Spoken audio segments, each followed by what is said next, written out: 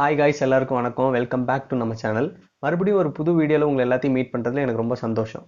இன்றைக்கி நம்ம ஒரு ஃபயர் ஆக்சிடென்ட் பற்றி பார்க்க போகிறோம். அது ஏன் நடந்தது, எப்படி நடந்தது, அதுக்கு பின்னாடி இருக்க சயின்டிஃபிக் ரீசன் என்ன அப்படின்னு சொல்லிட்டு நம்ம இந்த வீடியோவில் பார்க்கலாம். சரி, வாங்க வீடியோக்குள்ளே போகலாம்.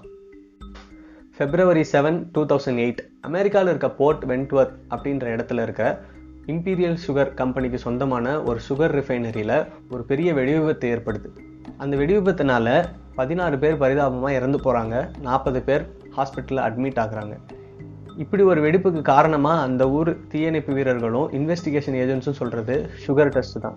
ஆமாங்க, நம்ம டெய்லி யூஸ் பண்ணுற சுகர் தான் இவ்வளோ பெரிய எக்ஸ்ப்ளோஷனுக்கு காரணமாக இருந்திருக்கு. அது எப்படி அப்படின்னு சொல்லிட்டு தெரிஞ்சுக்கலாம் வாங்க. சுகர் ஒரு ஆர்கானிக் காம்பவுண்ட்.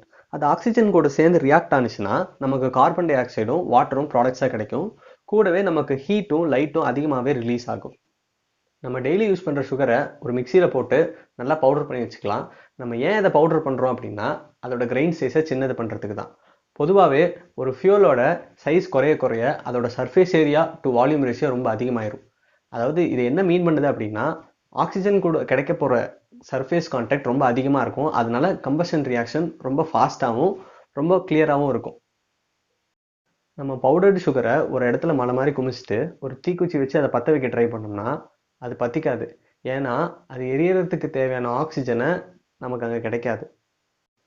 அதே பவுடர் சுகரை நம்ம காற்றுல ஒரு க்ளவுட் மாதிரி டிஸ்பர்ஸ் பண்ணிட்டோம்னா அது நல்லா எரியும். ஏன்னா ஒவ்வொரு பார்ட்டிக்கல் எரியறதுக்கும் தேவையான ஆக்சிஜன் ஈஸியாக இப்போ அதுக்கு கிடைச்சிரும். சுகரோட எரியற தன்மையாலையும் அந்த சுகர் டெஸ்ட்டை கண்ட்ரோல் பண்ண அந்த மேனேஜ்மெண்ட் தவறதுனாலையும் அந்த ஃபேக்ட்ரியோட அவுடேட்டட் டிசைன்னாலையும் தான் இவ்வளோ பெரிய வெடி விபத்து நடந்தது. இதனால பல உயிர்களும் போச்சு. கொஞ்சம் ஜாக்கிரதையாக இருந்தால் இத்தனை உயிர் போயிருக்காதுல்ல. இங்கே மட்டும் இல்லைங்க, உங்கள் வீட்டில் இருந்தாலும் சரி, நீங்கள் ரோட்டில் வண்டி ஓட்டிகிட்டு போயிட்டு இருந்தாலும் சரி, நீங்கள் உங்கள் ஃபேக்ட்ரியில் ஒர்க் பண்ணிட்டு இருந்தாலும் சரி, உங்களையும் மற்றவங்களையும் பத்திரமா பார்த்துக்கோங்க. ஏன்னா நமக்கு எல்லாருக்குமே ஒரு ஃபேமிலி இருக்குது. இந்த வீடியோ உங்களுக்கு பிடிச்சிருந்தா இந்த வீடியோவை லைக் பண்ணுங்கள், ஷேர் பண்ணுங்கள், கமெண்ட் பண்ணுங்கள்.